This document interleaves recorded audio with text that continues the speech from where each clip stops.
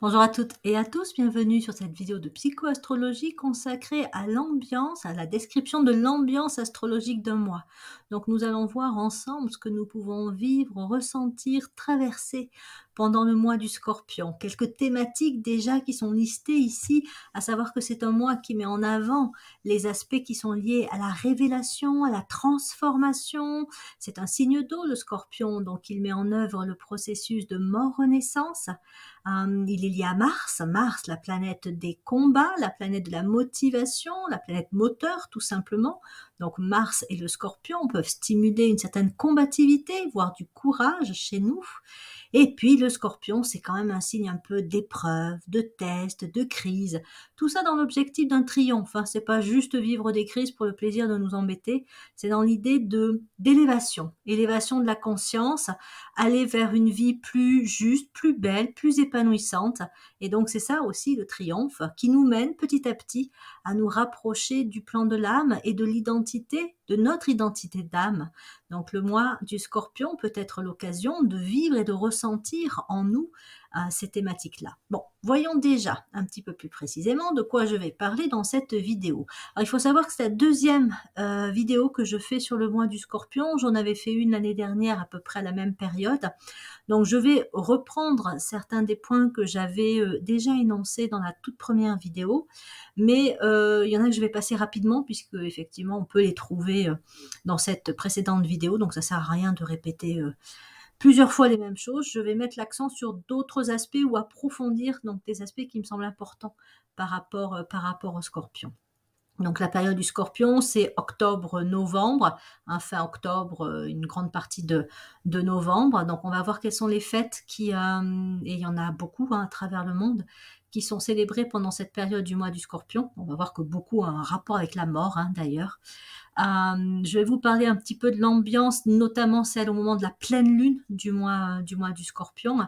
Et puis je vous redonnerai quelques thématiques et reprendrai aussi pourquoi ces thématiques sont importantes et comment aussi on peut les vivre. Parce que derrière un mot-clé, par exemple le mot révélation, il peut y avoir des déclinaisons, on peut le vivre de chacun de façon un petit peu différente. Alors, un point intéressant quand même, c'est toujours de rapprocher astrologie et astronomie et d'aller voir un petit peu ce que nous dit la constellation du Scorpion, mais aussi avec la mythologie, puisque forcément les trois sont liés. Si on s'intéresse à l'astrologie, on va forcément être en lien avec de l'astronomie, sans être pour autant astronome, mais on va aussi s'intéresser à la mythologie.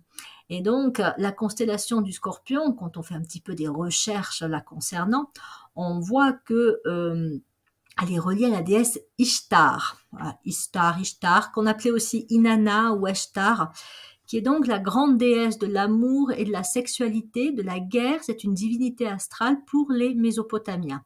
Elle est assez proche de la figure de Vénus, quelque part. Et en fait, voilà, amour, sexualité, guerre, bon, ça vous parle quand même bien du Scorpion, je pense. Voilà, ce sont des thématiques qu'on retrouve dans le Scorpion et effectivement qui sont liées à on va dire une représentation, une incarnation de cette énergie Scorpion à travers la déesse Ishtar. C'est une déesse qui, à l'époque des Mésopotamiens, était en quelque sorte invoquée lorsqu'on avait besoin de régner sur un royaume, donc en cas de guerre, en cas d'invasion, en cas de conquête, on priait Ishtar parce qu'elle était réputée pour octroyer la souveraineté. Et je trouve que cette notion est aussi très importante parce qu'elle nous fait voir le Scorpion d'une façon un petit peu différente. Je vais vous parler de l'élévation de la conscience et du fait de tendre de plus en plus vers notre identité d'âme. Pendant le mois du Scorpion, on va vivre des tests, qu'on le veuille ou non. On va vivre des tests par rapport à notre capacité à nous rapprocher de notre identité d'âme. Et donc ce lien avec cette notion de souveraineté, la couronne, le symbole de la couronne que l'on pose sur la tête d'un roi, on est sur cette notion en fait d'adombrement par l'âme. La couronne pourrait représenter l'âme et donc devenir roi, c'est devenir celui que l'on est en tant qu'âme, être adombré par l'énergie de l'âme. Et le travail du Scorpion, c'est ça en fait, c'est de nous permettre petit à petit de nous élever au-dessus de notre nature inférieure, d'être moins jusqu'à ne plus être dominé par notre nature inférieure pour devenir de plus en plus qui nous sommes en tant qu'âme. Donc c'est tout le travail d'élévation de la conscience. En outre, Ishtar possède la faculté d'associer les opposés. Alors ça, pareil, c'est très très Scorpion, hein. Le Scorpion, c'est vraiment un signe qui fait remonter les dualités.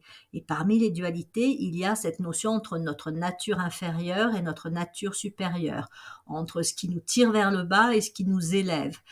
Et puis après, c'est toutes les dualités, les opposés qui peuvent exister, comme le féminin et le masculin, la peur et le courage, enfin, etc. Et donc, le rôle de la déesse Ishtar était donc quelque part d'associer, on pourrait dire aussi de faire fusionner, enfin c'est moi qui le dis parce qu'effectivement la qualité des signes d'eau tels que le Scorpion, c'est de provoquer la fusion. Donc associer, faire fusionner les opposés, voire provoquer leur inversion et briser les interdits. Et c'est vrai que le Scorpion, c'est aussi un signe avec Mars, hein, qui peut avoir tendance à faire fi des interdits, hein. On dit souvent que les Scorpions ont un peu un esprit rebelle, comme les Verseaux d'ailleurs, hein, ils n'aiment pas qu'on leur interdise des choses. Donc ce côté effectivement, voilà, fusion, association des opposés, des dualités, inverser les rôles. On va le voir aussi avec les fêtes. Je trouve que les festivités nous parlent également, hein, les fêtes qui tournent notamment beaucoup autour de la mort, hein, nous parlent aussi d'une inversion quelque part un peu des rôles. Comme si pendant le mois du Scorpion, ben, parfois les contours devenaient un petit peu flous et qu'il y avait la possibilité de rentrer dans un autre royaume. On rentre dans un autre monde, on inverse le plus, le moins, le positif, le négatif. Bon, voilà, on va voir ça un petit peu plus précisément par la suite. Et donc, à l'époque des Mésopotamiens, Ishtar était vraiment la déesse principale, et elle était même reconnue comme étant l'incarnation du féminin libre. Et ça, là, je trouve qu'il y a une relation intéressante entre le symbole de la Vierge, et je vous l'ai mis du coup sur ce slide en haut, et le symbole du Scorpion, puisque quand on les regarde, on s'aperçoit bien qu'il y a une vraie similitude, hein, ils se ressemblent beaucoup, ces deux symboles astrologiques. On a un espèce de M, si je puis dire, hein, qui est formé au niveau de la Vierge avec un jambage qui se rajoute et qui vient un petit peu se lever sous les précédents. Tandis que dans le symbole du Scorpion, là, on a le Dar qui apparaît et qui complète, on va dire, la forme du M. Et ça, c'est la Vierge qui représente la femme, la déesse, qui cache, hein, c'est le dernier jambage, qui cache en elle la vie de l'âme, la conscience supérieure. Le rôle de la Vierge, c'est vraiment de nourrir, de protéger, c'est une énergie d'amour, une énergie d'idéal, si je puis dire le meilleur, mais plus que ça même, c'est vraiment le plan de l'âme, le monde de l'âme. Elle le protège en son sein, elle lui apporte les éléments qui vont lui permettre de grandir et de se développer comme la femme enceinte le fait avec son bébé, le bébé qu'elle porte, jusqu'au moment de la naissance. Et ça, c'est le Scorpion. C'est-à-dire que le Scorpion, le symbole du Dar, peut être vu également comme le moment où, si je puis dire, la femme accouche de l'âme, le bébé naît, donc mort-renaissance. Et donc, il y a ce travail de libération de l'âme qui cherche à se faire dans le Scorpion. C'est pour ça aussi qu'on peut être chamboulé un petit peu, hein, pendant ce mois du Scorpion. Parce qu'un travail d'accouchement, c'est loin d'être un travail simple. C'est passer vraiment d'une identité à une autre identité, hein. On était, par exemple, hein, l'image de la femme, avant d'être mère, elle était déjà femme.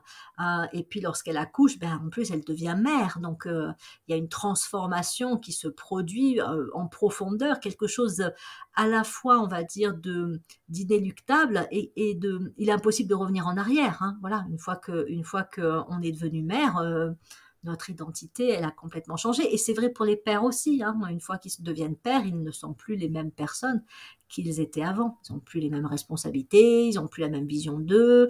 C'est vraiment un très grand chamboulement que de devenir parent. Et quelque part, en fait, ça symbolise, ou c'est vraiment l'image sur un plan évidemment plus, on va dire, personnel, de tout ce travail de naissance que peut provoquer le scorpion, qui est là donc pour amener l'âme à la naissance. Là où elle était protégée, choyée, mais encore cachée, couvée dans la Vierge, elle vient à la naissance dans le mois du Scorpion. Et donc, on pourrait dire que chaque année, le mois du Scorpion représente l'occasion d'accoucher un petit peu plus de certaines qualités d'âme, de nous défaire un peu plus notre identité passée, et donc d'accompagner petit à petit ce travail donc voilà de croissance de l'énergie de l'âme dans notre conscience et dans nos vies. Un autre point que je trouve intéressant, c'est le fait aussi que en fait il y a deux images du Scorpion. Il y a le petit Scorpion qui est vraiment la constellation du Scorpion. Et il y a aussi le super Scorpion qui lui est une espèce de fusion entre la Balance et le Scorpion. Et là c'est vrai que on voit à quel point le signe de la Balance est quand même aussi relié au Scorpion. Il en fait presque partie, c'est-à-dire que quelque part peut-être qu'il mène. Voilà, c'est aussi son rôle de mener vers le Scorpion. Voilà ce que j'avais envie de partager sur l'aspect, on va dire, plus mythologique et constellation. Reprenons un petit peu les fêtes, sachant que comme je vous le disais, j'ai fait déjà une vidéo il y a 1 an sur le mois du Scorpion, donc je ne vais pas reprendre exactement la même chose. Je trouvais intéressant d'évoquer les symboles qui sont liés à certaines des fêtes donc, qui ont lieu entre le 23 octobre et le 21 novembre. En fait, elles sont toutes concentrées sur la fin octobre et le début novembre. C'est vraiment sur cette période de transition entre les 2 mois où on va vivre à travers le monde des grandes fêtes qui, encore une fois, renvoient à la notion de mort, mais aussi de renaissance. Il y a tout ce qui est occulte, qui est très présent pendant le mois du Scorpion.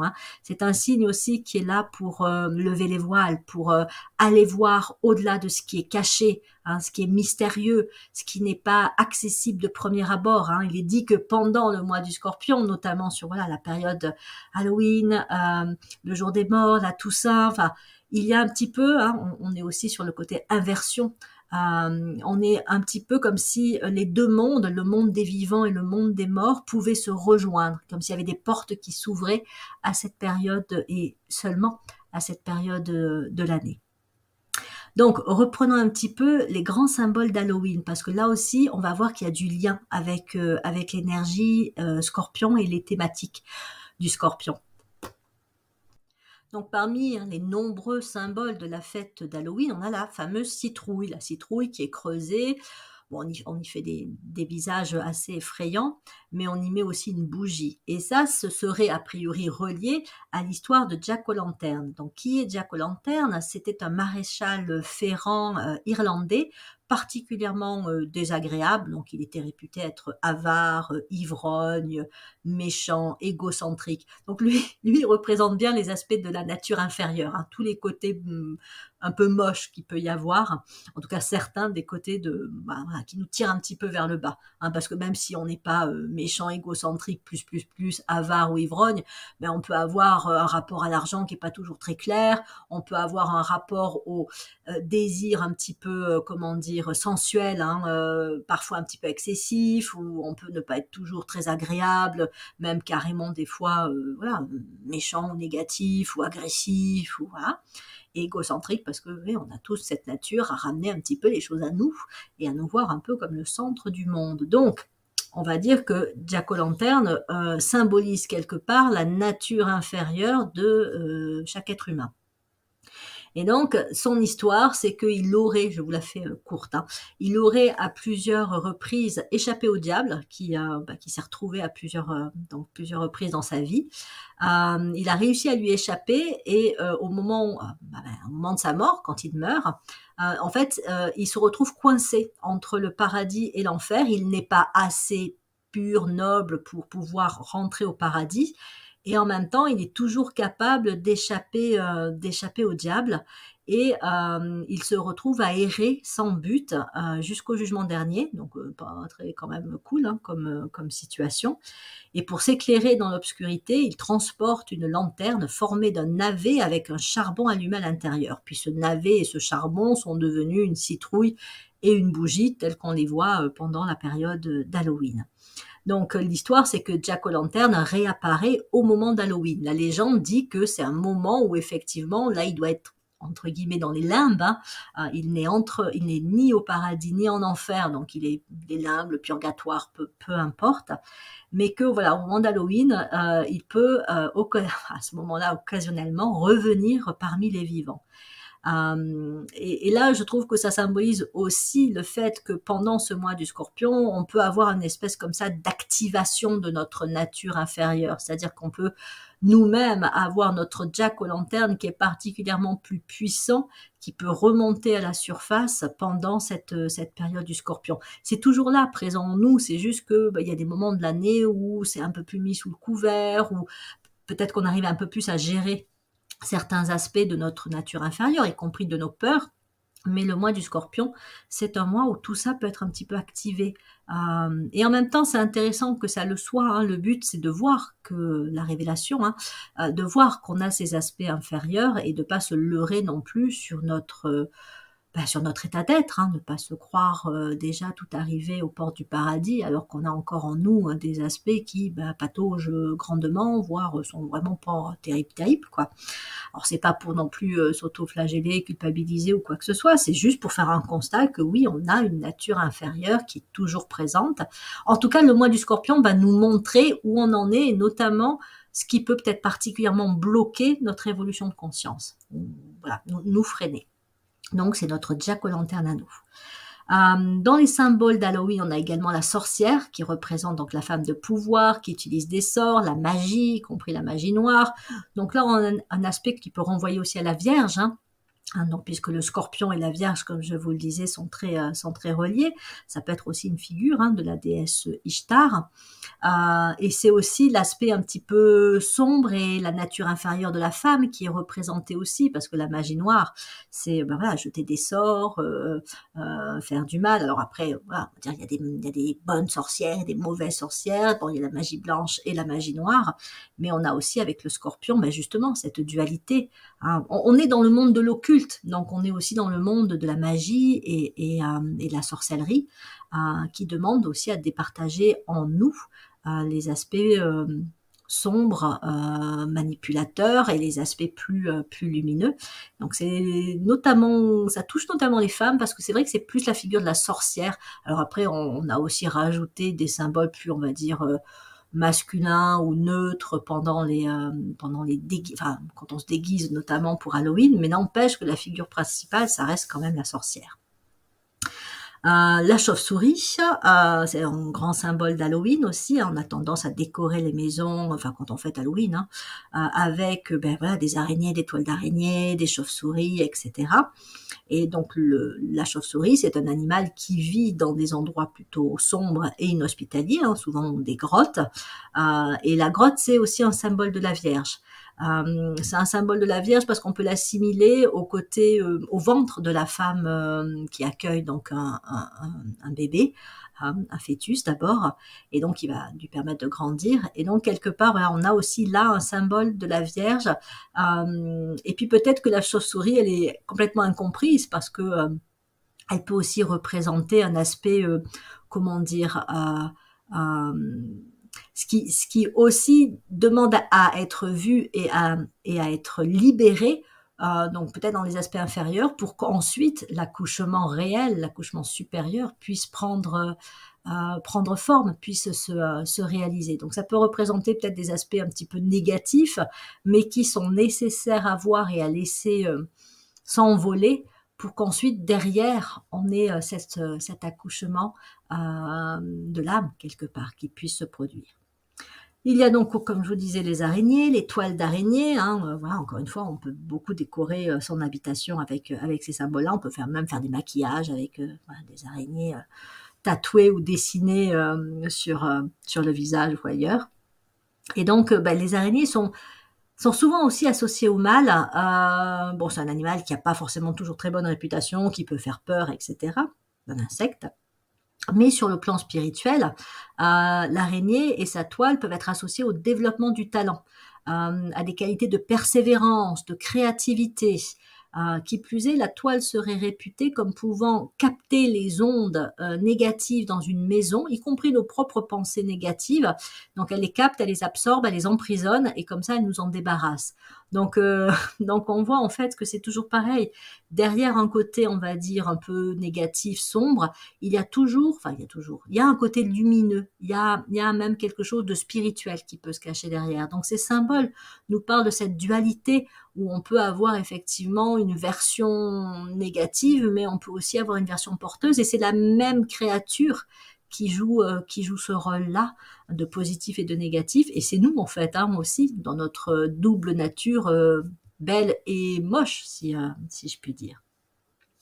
Donc après, on a aussi pas mal de symboles qui, bon, attrait à la mort, tels que les crânes, les squelettes, voilà, qu'ils soient représentés en dessin, en poster, ou qu'ils soient aussi en plastique, ou voilà, mis dans des pièces comme ça.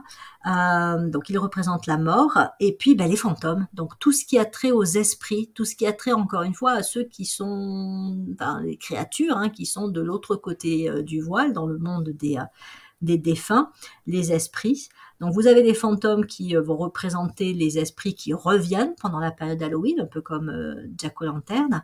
Et puis vous avez aussi les épouvantails dont le rôle c'est plutôt de protéger des esprits. C'est-à-dire que l'épouvantail a aussi cette réputation, on va dire mystique, hein, de tenir, d'avoir comme fonction de nous protéger des mauvais esprits. Donc il n'est pas rare qu'on voit des décorations où les épouvantails pendant la période d'Halloween sont de sortie.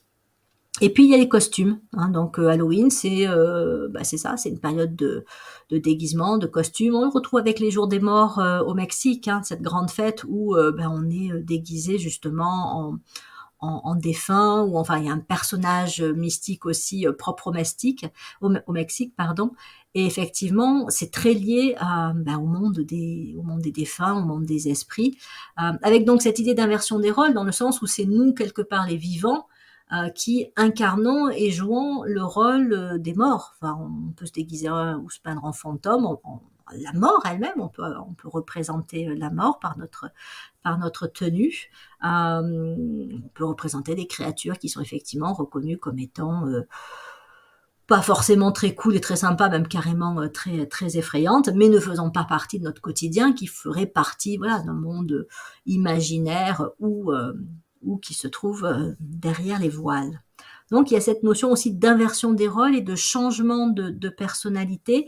Le costume c'est ça, hein, c'est comme l'acteur, hein, c'est changer de rôle, changer de personnalité.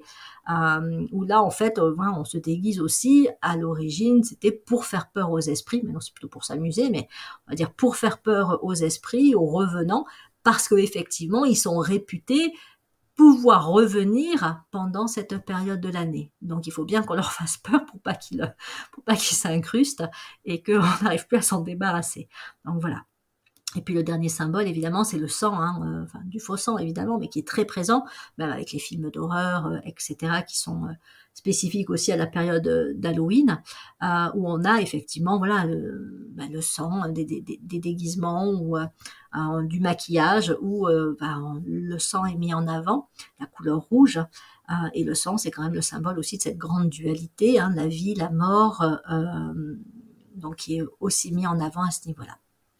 Voilà, donc je vous avais déjà parlé dans la vidéo de l'année dernière de la fête celtique, alors je ne sais plus comment ça se prononce, Samain, bon peut-être plus Samaïn, donc qui est vraiment la fête qui serait à la base la fête d'Halloween, c'est-à-dire que Halloween aurait été inspiré de Samaïn, mais bon, enfin voilà, il y a des évolutions avec le temps, et puis de toute façon ça reste dans le même esprit, hein, l'esprit du mois du Scorpion.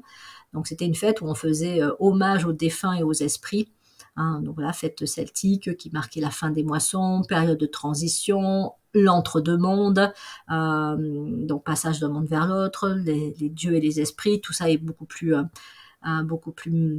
mêlé, on va dire, pendant cette période-là. Mais avec aussi la notion dans cette fête celtique d'arrêter des combats, de régler des conflits. Donc si vous voulez, avec le Scorpion, les conflits peuvent être activés, mais ça peut être aussi le moment de les régler, pour justement éviter que ça parte trop de façon extrême quelque part. Donc ça peut être l'occasion aussi de régler des conflits internes, mais des conflits aussi dans le monde. Voilà.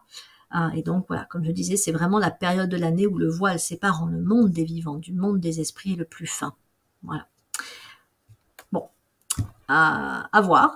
Après, chacun d'entre nous, en fonction de notre sensibilité, pendant ce mois du Scorpion, peut-être qu'on peut sentir des choses qu'on ne sent pas habituellement, ou on les sent avec plus d'acuité dans cette relation entre le monde des vivants et le monde occulte, le monde des esprits. C'est même le monde de l'énergie, on va dire, hein, c'est ressentir aussi un peu plus tout ce qui est énergétique, les vibrations des lieux, la mémoire aussi des lieux, comment ça peut être, comment des événements ont pu marquer un lieu. Alors on peut être plus sensible pendant ce mois du Scorpion. Alors déjà, si on a pas mal d'eau dans son thème de naissance, ben on a cette sensibilité assez vive, assez naturelle, mais peut-être même que d'autres signes qui sont on va dire à la base peut-être moins ouverts à cette sensibilité, ben pendant le mois du Scorpion, comme elle est accrue naturellement, les énergies sont encore plus présentes, ben peut-être que voilà, on peut tous avoir ou des ressentis, peut-être même voilà, percevoir une présence, et peut-être qu'on a des défunts qui viennent nous rendre visite pendant cette période-là. Voilà, ça peut être intéressant en commentaire si vous avez eu des expériences pendant cette période de l'année, ben, de les partager. Hein, voilà, après, évidemment, comme comme vous le sentez. Et toujours aussi le feu, quand même, la bougie, hein, la bougie pour éclairer, la bougie pour protéger, la bougie pour éviter que ou les esprits ou les humains se perdent en chemin. Donc voilà, la bougie. Donc, dans ma vidéo de l'année dernière, j'avais parlé de la fête du jour des morts au Mexique. J'avais parlé de la Toussaint. Donc, la Toussaint, voilà, bon, c'est la célébration des personnes décédées, notamment celles qui sont décédées dans l'année, mais même les plus anciens, les précédents, où on va classiquement... bon, il y a des messes, etc., mais on va aussi au cimetière, on va fleurir la tombe des défunts. Donc voilà, il y a cette fête qui tourne autour, encore une fois, de la célébration des personnes décédées. Voilà. Donc après, on peut dire oui, c'est la religion qui récupère les anciennes fêtes, mais bon, voilà. Au-delà de ça, moi je trouve que c'est, enfin, je vais dire que je prêche pour la paroisse, hein, mais on voit l'influence des énergies astrologiques tout au long de l'année, même si à chaque fois on se dit, bah oui, mais il y avait un précédent de telle fête, et maintenant, enfin, c'est devenu ensuite une fête chrétienne, une fête catholique, peu importe. Oui, mais bon, elle reste fêtée à cette période de l'année et elle continue à vivre d'une façon ou d'une autre, puisque même les personnes qui ne sont pas du tout religieuses peuvent fêter. Hein. Et donc voilà, c'est lié aux énergies astrologiques. Bon. Alors d'ailleurs, oui, j'ai mis ce document en téléchargement accessible à tous sur ma première page, ma page d'accueil de mon site, hein, avec le lien sous la vidéo. Donc voilà, si vous avez envie d'avoir ce document enregistré dans votre ordinateur, vous pourrez le télécharger. Comme je passe vite sur certains passages, voilà. Donc, le mois du Scorpion va nous inviter notamment à nous mettre à l'écoute de notre nature supérieure, de l'âme, on pourrait dire. Ou si on n'adhère pas trop au concept de l'âme, on va dire nos grandes qualités, notre aspect lumineux, le meilleur présent en nous, pour en percevoir la nouvelle proposition. Il y a une idée aussi de réorientation dans le Scorpion qui va ensuite continuer et même s'approfondir avec le mois suivant, qui est le mois du Sagittaire, où là on est vraiment sur des thématiques d'orientation, de changement d'orientation, de progression. Et donc voilà, il y a quelque chose qui peut switcher vraiment pendant le mois du Scorpion, où quelque part on a les deux aspects en nous, c'est-à-dire notre nature supérieure, l'âme, qui devient plus présente, mais on a aussi, c'est la fameuse combativité aussi du Scorpion, hein, notre nature inférieure, nos aspects non transmutés, notre lourdeur, tout ce qui nous tire encore une fois vers le bas, hein, nos vieux schémas, nos valeurs inférieures, nos émotions négatives qu'on a plus ou moins réussi à gérer. Donc après, il y a tout ce qui a été refoulé aussi, qui peut remonter. Pas tout d'un coup, parce que sinon, ça pourrait être trop dur.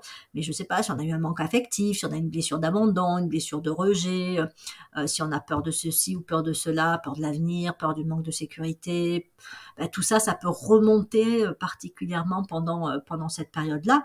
Après, il y a aussi toutes les valeurs ou toutes les schémas issus de notre enfance, notre éducation, l'éducation, là aussi, un des manques qu'il y a pu avoir, toutes les limitations, les carcans aussi. Donc voilà. Alors, c'est pas forcément la même chose d'une année sur l'autre pendant le mois du Scorpion. Hein, on va dire, c'est un petit peu en fonction de notre progression que l'on voit ce qui va remonter, c'est ce qui fait le plus obstacle à ce moment-là de où nous en sommes dans notre vie et du prochain pas en avant qu'on peut faire. Donc voilà, on a cette dualité entre le meilleur en nous qui se fait sentir plus fortement et notre nature inférieure qui elle également se fait sûrement sentir. Et ça peut se voir dans notre vie de tous les jours pendant ce mois du Scorpion. Hein, par exemple, on peut avoir une idée, un projet, mais on peut avoir aussi peur de le mettre en place. On peut vivre un conflit relationnel avec quelqu'un et ça peut être l'occasion justement de trouver une posture, une façon de se positionner qui soit plus juste, plus adaptée que ce qu'on avait fait précédemment. Mais voilà, est-ce qu'on va arriver à le faire ou est-ce qu'on va retomber dans nos vieux schémas? Il y a comme ça un petit peu, encore une fois, des tests qui peuvent être appliqués pendant le mois du Scorpion. Donc c'est vraiment un mois où il est important de mettre de la conscience dans ce qu'on vit, de prendre du recul. Il y a du discernement avec le Scorpion, c'est du rayon 4. Le rayon 4, dès qu'on pense rayon 4, on pense discernement. Donc c'est aussi le côté révélation, c'est voir. Et le discernement, c'est cette capacité également à voir, à discerner ce qui est caché, à comprendre en subtilité. Donc ce mois du Scorpion nous demande à faire preuve particulièrement de discernement.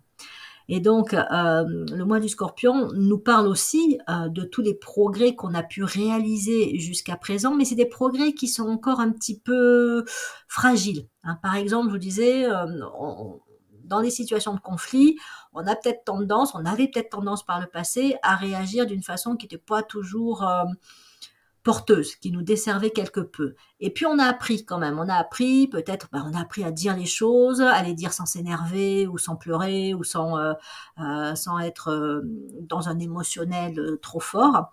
Pendant ce mois du Scorpion, on peut revivre une situation qui va nous amener à nouveau à avoir le choix entre retomber dans nos vieux schémas ou parce qu'on s'est un petit peu entraîné à développer une réponse plus porteuse, à aller jusqu'au bout de ce travail d'entraînement et de transformation pour faire que ça y est, c'est bon, maintenant c'est acté, ça s'ancre et ça devient plus possible, comme après un accouchement, de repartir en arrière. On peut plus retomber dans nos vieux schémas parce qu'on a suffisamment travaillé à faire évoluer ces vieux schémas pour qu'on en soit libéré. Et ça, c'est un très beau travail qu'on peut faire pendant le mois du Scorpion. Et voilà, c'est là où je vous dis, ça peut être intéressant vraiment de traverser ce mois en conscience, le regard ouvert, parce que si on vit des choses qui sont pas simples pendant ce mois-là, ça peut être des vrais cadeaux. Ça peut être des vrais cadeaux dans le sens où justement, ils sont là pour nous amener à être dans notre note, si je puis dire, supérieure. Voilà, de rester en haut et pas de repartir vers le bas. Et une fois qu'on tient bien, ça y est, c'est bon. Après, on peut plus retomber en arrière.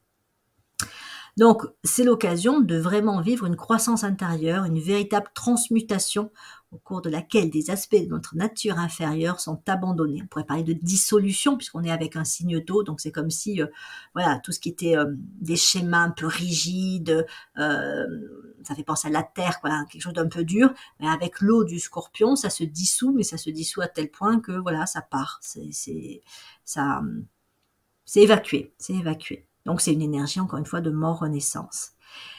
Et puis, le Scorpion est reconnu comme étant le signe des disciples sur le plan spirituel. Et donc, pour les personnes qui sont déjà sur un niveau de conscience relativement avancé, ce mois du Scorpion amène à renforcer justement cette qualité de disciple, à être davantage dans le service, et donc stimule chez les disciples la constance, la fiabilité, la responsabilité dans le service. C'est un peu le grand rôle de la Lune pendant le mois du Scorpion, parce qu'elle est considérée comme la Lune des disciples. Donc tous ceux qui sont déjà bien engagés dans un travail visant à transformer le monde, pour créer un monde, si je puis dire, meilleur, pour dire les choses simples, qui sont là pour servir le monde de l'âme, qui sont déjà bien en contact avec ce plan-là. Et donc, pendant le mois du Scorpion, ben, il y a la possibilité justement de renforcer et puis même d'être nourri par le plan de l'âme pour aller encore davantage et de façon plus juste, plus fortifiée aussi intérieurement dans la manifestation du service. Le Scorpion renvoie en fin de compte au gardien du seuil. Le gardien du seuil, c'est encore une fois c'est nous en fait, hein, c'est une partie de nous, c'est pas un élément extérieur, hein, même s'il est représenté, alors que ce soit par l'hydre dans Hercule, que ce soit par bon, un dragon, peu importe la figure symbolique qu'il prend, le gardien du seuil, c'est toute notre nature inférieure qui donc peut être appelée, si je puis dire, pendant le mois du Scorpion et voilà, mis face à nous. Donc là encore, selon ce qu'on peut vivre pendant ce mois du Scorpion, en fait, on ne va pas s'en rendre compte si on ne le fait pas en conscience, mais on peut se retrouver face à des situations, des personnes, des événements qui vont vraiment invoquer le gardien du seuil et donc notre nature inférieure. Voilà, bon, je ne lis pas tout ce qui est marqué. Encore une fois, vous avez la possibilité de télécharger le document. Je termine, dernière page, avec la récapitulation, la synthèse en fait des grands points clés du mois du Scorpion. Donc comme je vous le disais, c'est important, enfin c'est important. La qualité, on va dire, à manifester le plus pendant le mois du Scorpion, c'est le discernement. Le discernement, c'est ce qui permet de chercher à comprendre, à prendre du recul par rapport à des émotions qui peuvent être fortes ou des situations qui peuvent nous remuer, nous toucher, pour voir ce qui se joue et si ça fait pas écho à des choses qu'on a déjà vécues par le passé, comme si c'était peut-être ça semble être un bis repetita, mais quelque part c'est vraiment l'occasion c'est comme une pièce de théâtre qu'on a répétée et puis là ça y est, c'est le moment d'être sur la scène et de jouer. Donc là on y va. Et le discernement, c'est la façon, enfin, c'est se dire, ben oui, ça y est, là, c'est sérieux. Là, je suis testée jusqu'au bout et là, j'y vais. Et là, la transformation peut aller jusqu'à son terme. Donc, on peut se sentir très tiraillé. Notre nature inférieure et notre nature supérieure rentrent en contact. Donc, vous étonnez pas si, voilà, c'est un mois où il peut y avoir de la tension, il peut y avoir peut-être même, voilà, de l'anxiété, de l'irritabilité, de l'agitation nerveuse, on peut moins bien dormir, on peut être un peu plus stressé, ou un peu plus à fleur de peau. Les mois en signe d'eau sont pas toujours, encore une fois, évidents à passer de ce côté-là, mais c'est, j'allais dire un peu la beauté aussi de ces périodes de l'année où le processus de mort-renaissance, d'épuration, d'évacuation, de transformation, de transmutation, même avec le Scorpion, nous propose d'aller au-delà de réactions émotionnelles pour voir ce qui les anime, ce qui les crée ou les a créés et s'en débarrasser, si je puis dire. C'est vraiment ce rôle-là. Donc les notions de révélation, de transformation. Le Scorpion, il est aussi bien lié à la psychologie qu'à l'astrologie, qu'à tout ce qui vise à comprendre ce qui est caché, ce qui est un peu secret, mystérieux. C'est l'investigateur du zodiaque, le Scorpion. Donc pendant ce mois du Scorpion, on peut aussi, si je puis dire, s'investiguer soi-même, c'est-à-dire chercher à mieux se connaître, à mieux se comprendre, à voir ce qui bloque, à voir ce qui, au contraire, nous soutient, nos forces, nos points d'appui intérieurs, notre beauté intérieure, nos belles qualités, pour les nourrir davantage. Et quand notre nature inférieure remonte, c'est de se dire, ok, toi je te connais, ça fait un moment qu'on traverse cette vie ensemble, donc je te connais, mais je vais pas te nourrir toi, c'est pas toi que j'ai envie de nourrir, donc je te vois, j'accepte que tu fasses partie de moi, tu vois, on voyage ensemble, mais à un moment donné, voilà, je vais te lâcher, et là c'est le moment que j'arrête de t'alimenter pour pouvoir plus donner de la force à mes aspects supérieurs. Et puis la nature inférieure, elle peut aussi nous parler de blessures, d'un besoin de guérison, d'un besoin de résilience. Et donc ça peut être intéressant aussi quand on est vraiment, si je puis dire, embêté par des peurs, par des manques affectifs, par voilà, des situations aussi que l'on vit et dont on a vraiment du mal à y voir clair, d'aller y mettre du sens, et la psychologie, la psychothérapie, tout le travail sur soi, qui est donc bien relié au Scorpion, à la Vierge aussi pour le développement personnel. Pendant ce mois, on peut peut-être prendre la décision, si on en ressent le besoin, d'entamer un travail sur soi aussi, pour justement activer un peu plus ce processus de transformation qui n'est pas toujours facile, pas loin d'être évident d'activer seul, hein, selon encore une fois nos blessures et voire nos traumas. Hein, ça peut être vraiment compliqué. Donc c'est un mois qui invoque de la combativité, du courage. C'est vraiment une des grandes forces du Scorpion. Enfin moi quand je discute avec des Scorpions, c'est pas un signe que je connais bien en tant que, enfin je le vis pas beaucoup moi-même, mais quand je parle avec des Scorpions, je vois qu'effectivement parfois ils vont me dire ce qui les bloque et ils vont me dire en même temps comment ils comptent travailler pour développer ce qui les bloque. Il n'y a pas longtemps, je faisais une analyse astrologique avec une jeune fille qui est très timide et très marquée par l'énergie Scorpion. Et comme elle est très marquée par l'énergie Scorpion, elle me disait que de toute façon, voilà, elle s'entraînait de plus en plus à prendre la parole devant les autres. Elle s'entraînait déjà avec sa famille, puis elle s'entraînait aussi avec des personnes de confiance proches. Et elle est dans cette idée. C'est une idée d'élévation quelque part, de progression. Et donc le Scorpion a cette combativité et ce courage de faire face à ce qui peut le bloquer, ce qui peut le plomber. Hein, voilà, c'est vraiment une très belle qualité de ce signe. Et heureusement qu'il y a ce signe dans le zodiaque et ce mois du Scorpion qu'on traverse pour nous pousser quelque part à faire face à ce qui nous plombe et à ce qui plombe l'expression du meilleur présent en nous. Donc vive les Scorpions et vive le mois du Scorpion. Donc après voilà, c'est une énergie de fusion, de dissolution, on est vraiment sur de l'épuration, de la libération, on active le processus de mort-renaissance, on active l'élévation de la conscience, et c'est dans ce mois que peut naître le disciple, ou que voilà, certaines personnes qui sont déjà des disciples peuvent aller encore un petit peu plus loin dans leur travail, ou bénéficier aussi, peut-être recevoir une aide pour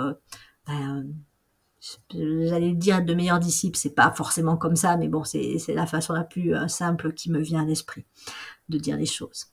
Alors évidemment, après, dans les points de vigilance, le Scorpion, il peut activer la combativité, mais mal placé. Donc, il est quand même, comme on l'a vu, relié au sang, le sang, la guerre. Hein, donc voilà, hein, si on canalise pas bien l'énergie Scorpion, on peut avoir aussi de l'agressivité, donc à l'échelle individuelle, à l'échelle sociétale, à l'échelle mondiale. Hein, on peut avoir des élans comme ça agressifs, sanglants.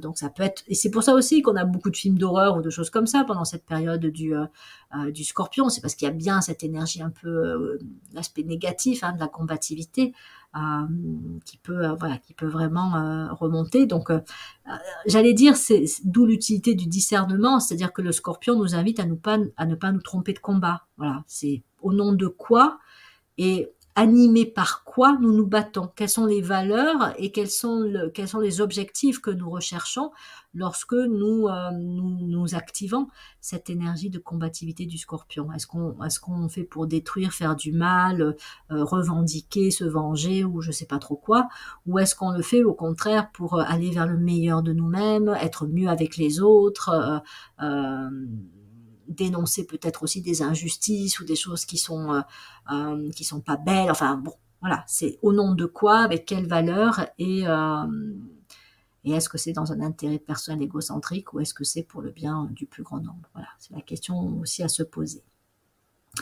Donc vous étonnez pas encore une fois, hein, s'il y a de la remontée de vieilles émotions, etc. Si vous avez une envie de changement, c'est que déjà une envie de changement sur vous, sur votre situation, sur votre vie, c'est intéressant là aussi de décoder, d'aller voir ce que ça vient toucher, qu'est-ce que vous avez envie de changer pourquoi, changer pour être et devenir qui, quelle qualité vous voulez davantage manifester.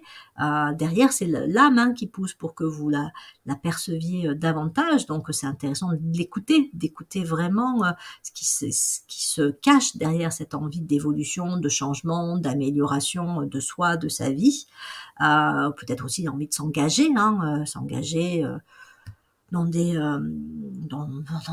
pour aider, voilà, une envie d'engagement qui peut être aussi présente dans le Scorpion pour améliorer les choses. Pour transmettre ou pour pouvoir en tout cas avoir un impact positif. Donc voilà, l'envie de comprendre pourquoi on vit ce qu'on vit. Alors aussi, il peut y avoir tout simplement des choses, c'est un peu plus anecdotique, mais ça peut être une période où on a envie de s'intéresser à des sujets un peu un peu mystérieux, occulte, secret. Voilà, on peut avoir envie justement de s'intéresser à l'astrologie, à la psychologie, au magnétisme. Enfin, il y a plein de domaines hein, qui sont des domaines, on va dire, un petit peu subtils ou qui demandent de creuser, par lesquels on peut être intéressé. Et c'est intéressant de voir justement quel type d'envie sur le plan intellectuel aussi peut remonter pendant ce mois du Scorpion. C'est un mois aussi de révélation de la vérité. Donc, il peut arriver aussi que s'il y avait un secret pendant le mois du Scorpion, ben, on découvre la vérité. Voilà, c'est pas toujours évident à vivre, mais oui, on peut aussi voir au-delà de ce qui était dit, une espèce de communication comme ça, et révéler, découvrir des secrets. Ça peut être un bon mois d'ailleurs aussi pour régler des histoires où justement on n'arrive pas à atteindre une certaine guérison parce qu'on n'a pas tous les éléments. Quand parfois il y a des secrets dans les familles, on a beau travailler sur soi, tant que le secret n'est pas découvert, c'est une pièce du puzzle qui manque et on n'arrivera pas forcément à complètement atteindre le stade de la guérison. On va ressasser un petit peu des trucs sans vraiment avancer. Or, pendant le mois du Scorpion, des fois il arrive que oui, on apprenne que ben oui, en fait, il y avait telle histoire au niveau du père, au niveau de la mère, et d'un seul coup, c'est comme si ça se dénouait, parce que ça fait sens, et parce que du coup, la pièce du puzzle qui manquait, ben, on l'a obtenue, et là, c'est bon. Voilà. Et il y a des choses qui se libèrent aussi. Hein, c'est la fameuse résilience aussi hein, que permet le Scorpion, qui peut se mettre en place. Donc voilà, on a intérêt, si je puis dire, à se mettre à l'écoute de la proposition de l'âme. Hein, c'est ce qui va... Ça va se faire sentir par un élan pour avancer, par un élan pour éclairer, par un élan pour guérir. Enfin, c'est quelque chose qui forcément nous tire vers le haut, la proposition de l'âme. Donc, si on a comme ça pendant ce mois du Scorpion une ou plusieurs propositions qui vraiment nous poussent à aller vers ce meilleur de nous-mêmes, ben, c'est vraiment important de les prendre en considération, de les écouter. Et puis, bah, s'il y a des moments où on est complètement perdu, puisque ça peut arriver qu'on traverse des phases de vie où on est perdu, avec le mois du Scorpion, on s'approche hein, de la fin du zodiaque. On est quand même sur le huitième signe. Donc à ce moment-là, on peut aussi se relier à ce qui est plus grand que nous, se dire bon là, je suis paumé, je comprends rien, je m'en sors pas. J'ai ces émotions qui me parasitent, donc quelque part je rends moi les armes parce que ça sert à rien, j'y arrive pas. Donc voilà, demander de l'aide, se connecter à ce qui est plus grand, prier, méditer, se relier au soleil aussi, c'est ou à la déesse Ishtar, pourquoi pas. D'ailleurs, je vais vous proposer sur la dernière slide une prière ou une incantation, je ne sais plus comment ça s'appelait, ou un poème qui avait été rédigé il y a très très longtemps, justement à l'époque des Mésopotamiens pour Ishtar. Et donc voilà, on peut aussi se connecter comme ça à ce qui est au-dessus de nous, un Dieu, enfin l'âme, l'univers, peu importe, pour demander et des compréhensions, des éclairages et l'activation du processus de transformation, de pouvoir lâcher des vieux trucs et pouvoir vraiment avancer. Voilà, donc c'était ma proposition d'interprétation de l'ambiance astrologique pendant le mois du Scorpion. Donc comme je vous le disais, je vous propose en tout dernier un hymne. Ah c'est ça, c'est un hymne qui avait été fait, alors je ne sais plus si c'était un roi ou un empereur, oui le roi de Babylone, à la gloire de la déesse Ishtar. Et voilà, je trouve que c'était assez parlant aussi par rapport à l'ambiance Scorpion. Et donc on peut, si je puis dire, hein, s'approprier cette énergie Scorpion de différentes façons, selon comment on le sent, avec toutes les possibilités qui s'offrent à nous. Donc voilà, je vous ai fait comme ça différentes propositions et je vous laisse, comme on dit, la balle dans votre camp pour voir ce qui vous parle le plus, vous convient le plus, et puis ce que vous allez vivre, ce que vous vivez pendant ce mois du Scorpion, pour que vous puissiez vous-même aller vers une vie plus riche, belle, épanouissante, accomplie. Voilà, donc je vous souhaite de passer un très bon mois du Scorpion, et comme je vous le disais, n'hésitez pas à télécharger ce document, puisque le lien est sous la vidéo. Je ne vous demande rien, hein, vous n'avez pas à vous inscrire, quoi que ce soit, donc voilà, hein, toute discrétion, cliquez, vous téléchargez, c'est fait. Et je vous dis à bientôt pour de prochaines vidéos. Merci de votre écoute.